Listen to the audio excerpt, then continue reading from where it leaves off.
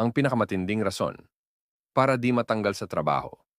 So late na naman ako sa trabaho, pangatlong beses ngayong linggo. Tinawag ako ng boss ko, galit na galit.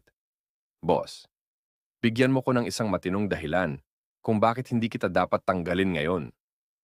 Nataranta ako, walang laman utak ko. As in, parang wifi na walang signal.